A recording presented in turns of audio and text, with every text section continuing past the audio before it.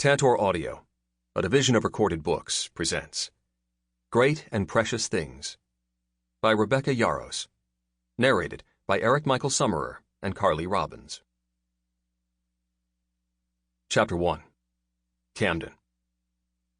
My lungs burned as I drew a deep breath, seeking oxygen that wasn't there, and my fingers itched to hold the cigarette I'd thrown away 6 years ago. Altitude did that to me every time. At least the breathing part. The craving for a smoke? That was courtesy of Alba, Colorado, population 649, or so the sign I'd passed about a mile back proclaimed. Then again, I wasn't about to trust a sign that hadn't been updated since before I'd been born, which was par for the course in my hometown.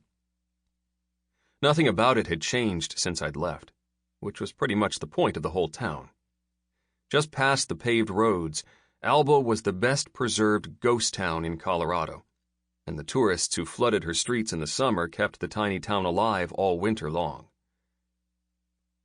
The total on the gas pump climbed as I stretched my hands toward the late afternoon sun and the snow-capped peaks above me, willing life back into muscles I'd kept cramped for far too long during the drive from North Carolina. The bite in the March breeze cut through my exhaustion, and I welcomed its icy fingers on my exposed skin. It definitely wasn't t-shirt weather up here at 10,000 feet. A gasp caught my attention, and I turned toward the minivan that had pulled up behind my Jeep a minute ago. A blonde wearing sunglasses too big for her face and a puffy winter coat gawked with one foot on the concrete and one inside her vehicle, as if someone had pushed pause during her exit. I lowered my arms, and my shirt slid back into place, covering the inked strip of stomach she'd no doubt gotten an eyeful of. She shook her head quickly and started to pump her gas. At least she didn't make the sign of the cross and back away.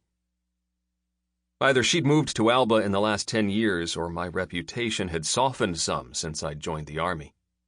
Hell, maybe the population of Alba had forgotten all about me. I finished filling my tank and headed inside the small convenience store to grab a drink. God only knew what Dad would have in his fridge. A set of bells chimed as the door closed behind me, and I nodded in greeting to the older man leaning on the counter. Looked like Mr. Williamson still owned the gas station.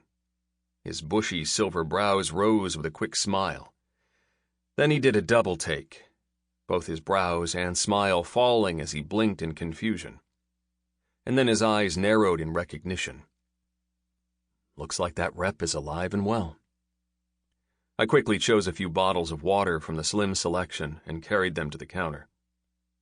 The old man's eyes darted between my hands and the bottles as he rang them up, like I was going to steal them or something. I'd been a lot of things, but a thief wasn't one of them. The bells chimed again, and Williamson visibly relaxed. "Afternoon, Lieutenant Hall," he greeted his newest patron. Awesome. I didn't bother looking. That stubborn old judgmental piece of work hated my "Holy shit, Cam!" That wasn't Tim Hall wearing a badge. It was his son, Gideon. Gid's mouth hung slack, his light brown eyes wide in shock. It was a similar expression to the one he'd worn that time Xander had shoved us into the girls' locker room the fall of our freshman year. I'd never found a way to properly thank my brother for his attempt at hazing. Not that anyone would believe Xander would stoop so low. After all, he was the good son. I didn't think police officers were supposed to swear in uniform. I gave him a quick once-over. Unlike his dad, Gid was still too trim to sport a belly over his belt. "As opposed to soldiers?" he countered. "Actually, that earns us bonus points, and besides, I'm not in a uniform anymore." I hadn't been for 17 days. "Does your dad know you stole his badge?" "Any more? Does your—" He sighed. "Crap, I've got nothing." His laughter unleashed my own. "It's good to see you." He pulled me into a fierce, back-pounding hug, his badge digging into my chest. "You too," I grinned as we broke apart. "In fact, you might be the only person I'm happy to see." "Oh, come on. Not Mr. Williamson here?" Gid looked over my shoulder and cringed at whatever expression he saw on Williamson's face. Okay, maybe not him. He's never really cared for me, I shrugged, well aware that he could hear me. You did throw someone through that window the last time you were here. Gid motioned toward the glass that had long since been replaced. Man, how long ago was that? 4 years? 6, I answered automatically. Of the few things I remembered about that night, the date was still crystal clear. 6. Right. Gideon's expression fell, no doubt remembering why I'd been in Alba last. Sullivan's funeral. Grief threatened to rise up and steal what was left of the oxygen in my lungs, but I beat it back for the millionth time since we put Sully in the ground. God, I could still hear his laughter. You going to pay for these waters, Camden? Mr. Williamson asked. Yes, sir, I responded, thankful for the interruption, and turned back to the counter to finish the transaction. I didn't miss the flash of surprise on Williamson's face at my tone or when I thanked him as I took the bag and moved aside. That stuff will kill you, I told Gideon as he purchased a 6-pack of soda. You and Julie, man, he muttered under his breath as he handed over his debit card. Can't a guy drink in peace? Funny, this was more than I'd smiled in the entire last month. How are Julie and the kids? Driving me to drink? He lifted his soda in the air. No, really, they're great. Julie's a nurse now, which you would know if you ever joined the social media world. No, thank you. What's the point? Gideon thanked Mr. Williamson, and we headed outside. What's the point? I don't know. To keep in contact with your best friend? No, that's why we have email. Social media is for people who need to compare their lives. Their houses, their vacations, their accomplishments. I see no reason to stand on my front porch with a bullhorn to broadcast what I had for dinner, either. Speaking of dinner, how long are you in town for? He asked as we paused between my Jeep and his faded squad car. I know Julie would love to have you over. For good, I replied before I could choke on the words. He blinked. Yeah, it's taking me a little time to process, too. I glanced up at the mountains Alba slept between. Mountains I'd sworn I'd never see again. You got out? I figured you'd be career. So had I. Just another thing to mourn. Officer Malone? A scratchy, feminine voice called over the radio. Marilyn Lakewood still calls out dispatch? What is she, 70? 77, Gideon corrected.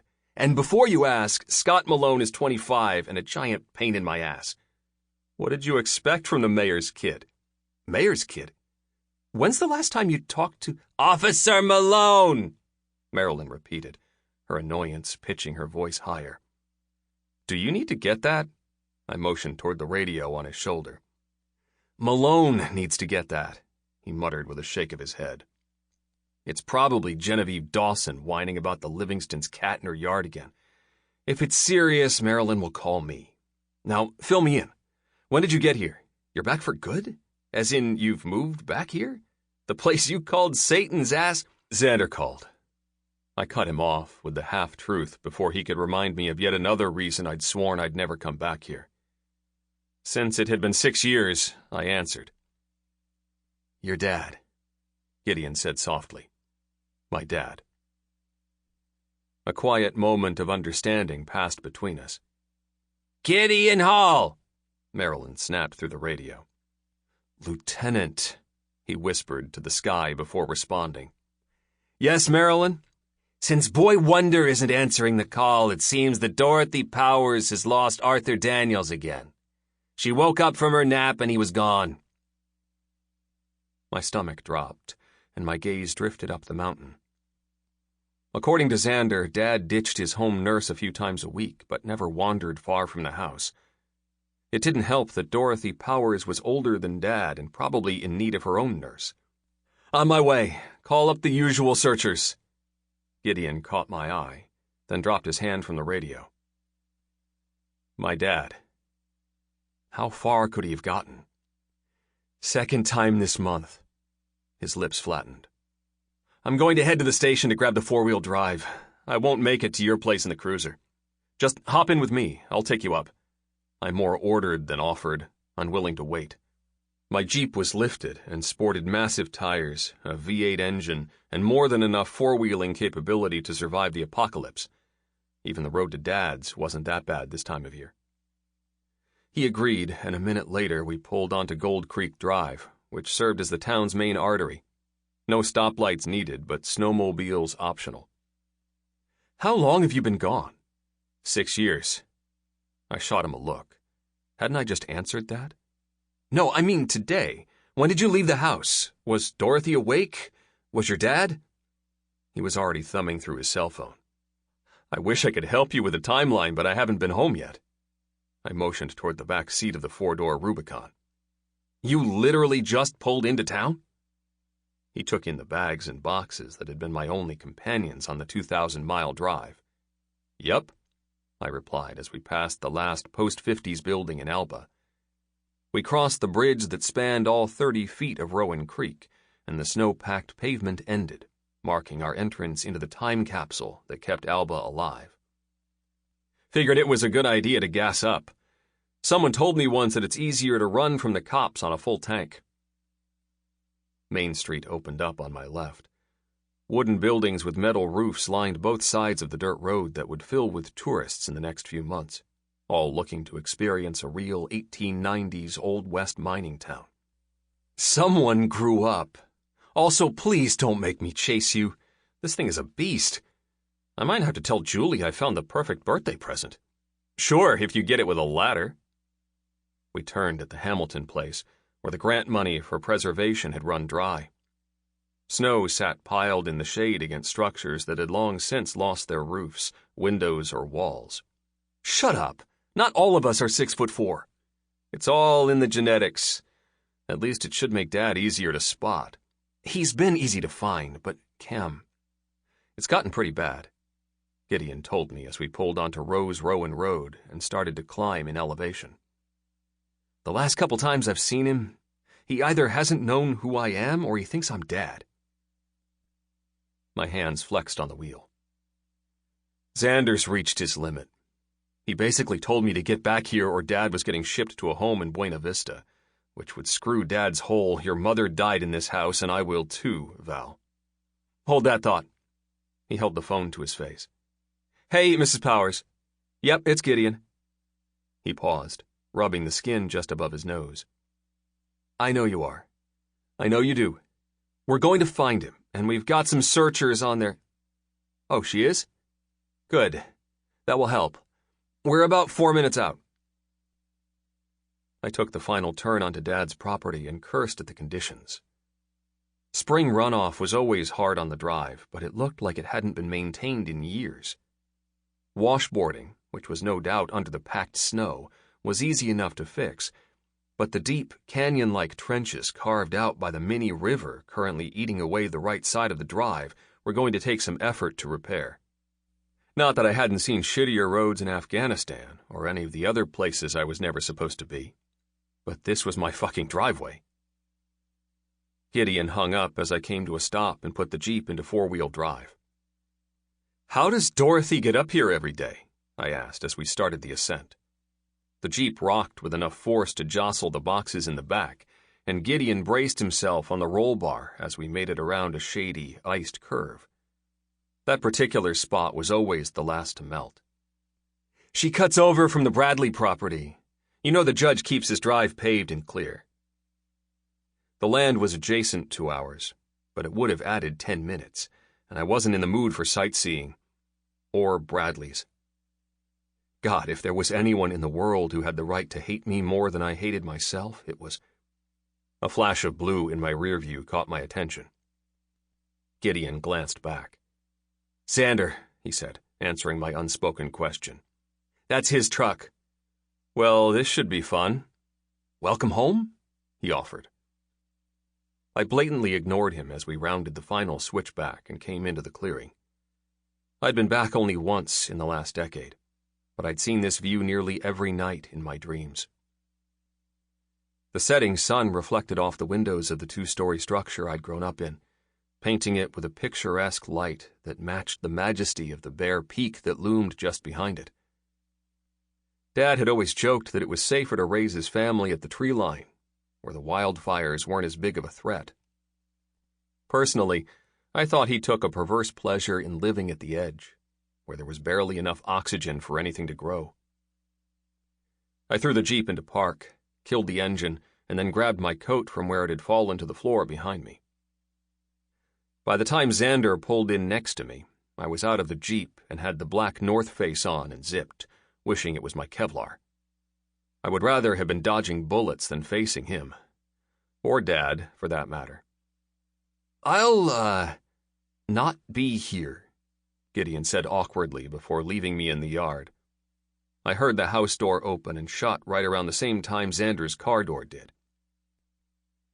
He came around the front of his polished, brand-new truck and stopped suddenly, his hands pausing mid-zip on his coat. A lifetime of memories assaulted me. The good, the bad, and the worst. Pretty much in that order. He raked a hand through his Ken doll perfect blonde hair and sucked in a breath. Camden? Alexander? I shaped the brim of my baseball cap. Guess we both had our nervous tells. He hadn't changed much. Same blue eyes, same lean frame. Still Dad's obvious genetic gift to the world. Still my opposite in every way. He shook his head as if struggling for words, and instead of reciting every way I'd failed our family, he crossed the decomposed granite of the drive and threw his arms around me. I'm so glad you're home. His words sliced deeper than any insult could have. An insult I could handle. I'd been prepared for that. But the way he pulled back, clasped my slack arms, and smiled at me, all tight-lipped and furrowed brow, fighting back emotions I no longer felt capable of, wasn't anything I could have built a defense against. He laughed, the sound thick with 6 years of absence. You're huge! What do they feed you, Delta boys? And what is this? He motioned to my light beard as he stepped back. Green Beret, not Delta. I corrected him with the decade-old joke and a forced smile as my stomach sickened. Yeah. Guys like me who never saw action can't ever tell the difference. His eyes skittered over my features as if he were trying to memorize them before I disappeared. Again. God, Cam, I'm just... Nausea churned as the pit in my stomach deepened to a gaping chasm of regret and guilt. He smiled, boasting even white teeth and a happiness I wasn't sure I'd ever experienced. I'm just really glad you're home. You said that. I was going to vomit. How could he be so nice to me? Well, it's true. He clapped me on the shoulder. What do you say we go find Dad? You don't seem too worried. I am, but for every time he's forgotten my name, he's never gotten lost on the land. We just need to spot him before the temps drop. I nodded, and he turned toward the house. It was in the high 20s right now, but we'd hit single digits within an hour of the sun retiring. Nice Jeep, by the way. It suits you, he called back over his shoulder. My eyes slammed shut as I sucked in breath after breath through my nose, willing the bile to slide back down my throat. It was like my body couldn't physically handle the emotions. Of course he forgave me. Of course he welcomed me with open arms. Of course there was no malice in his eyes, just open, raw love. He didn't need to blast me with all my flaws. He'd always lived as an example, showing me every single way I'd never measure up by simply being him. Just as I got myself under control, he turned back. You okay? His voice dropped in concern. Yeah, I lied, because it was one of the things I excelled at. Altitude? Something like that. Just make sure you're drinking enough water, he reminded me, arching an eyebrow until I nodded my consent, and then headed up the steps to the front porch. An eyebrow that was bisected by the first flaw I'd ever seen on Xander. A scar that hadn't been there the last time I'd seen him. a thin, short scar that had me fighting back the urge to throw up my lunch all over the driveway. The scar I'd put there when I'd thrown him through Mr. Williamson's window. Xander was halfway up the stairs when the front door flew open and Gideon ran from the house. "He has a gun!" he shouted. Xander froze, pivoting to watch Gideon race down the steps toward me. "I'm sorry?" I pinned Gid with a stare, hoping he'd correct that asinine statement. "He has the shotgun. Dorothy just told me. We have a couple search parties coming in from the Bradley side." Gid strode past me, already talking into the radio on his shoulder. "How the hell does Dad have access to the shotgun?" I growled at Xander. He shook his head. "I thought I had them all locked in the safe. I hid the key and everything." "In the laundry room?" Dorothy asked as she walked onto the porch, holding a familiar, faded bottle of fabric softener. Time had apparently decided it was done with Mrs. Powers because she hadn't changed in the 10 years that had passed since I'd enlisted. Her hair was the same shade of silver in the same chin-length cut. She even wore the same green winter coat. "Yeah, right above," Xander sighed, his eyes sliding shut. "Right above the fabric softener he refuses to use." "This fabric softener that I found in the entry hall?" she asked, giving him one hell of a mom look. "That would be it." A muscle flexed in his jaw. "Tell me you stored the ammo separately. Tell me you at least remembered that much from serving your 3 years." Xander blanched. "Awesome. Let's find him before he kills someone." I turned on my heel and headed back to the Jeep. Oddly enough, I was more comfortable with guns than I was with mushy reunions. I dropped my coat, climbed up the Jeep, and popped the lock on the cargo carrier I'd anchored to the roof for the cross-country trip. Selling off just about everything I owned had seemed the logical choice at the time, but I'd held on to a few things for reasons I didn't have time to examine. "What are we going to do?" Xander asked, peering up at me. "What do you mean?" I found what I was looking for and closed the carrier. Then I jumped to the ground, landing in front of Xander, whose eyes were bigger than my headlights. 2 more trucks and the APD pulled up the drive and parked. "I mean," Xander eyed the newcomers as they talked to Gideon and then lowered his voice as he turned back to me. "What are we going to do? He has the shotgun and doesn't know who I am about 75% of the time." A comforting weight settled on my chest as I dressed for the occasion before zipping my jacket and tying my boots. "I figured we'd go find Dad." I rustled through my glove box, quickly grabbing my headlamp and a flashlight, then stuffed them in my pockets, pausing only long enough to tuck in the little white onyx bishop next to my driver's manual so the chess piece didn't get lost.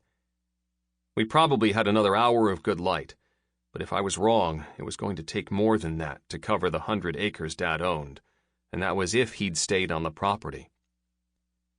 "Don't you think we should let Gideon and the PD handle this now?" Xander asked quietly. I looked back to where Gideon stood with the other 4 officers who made up the Alba Police Department. They all had sidearms strapped on. I was on the receiving end of more than a couple of glares. Not that I could blame them. At least 3 of those guys had put cuffs on me at one time or another.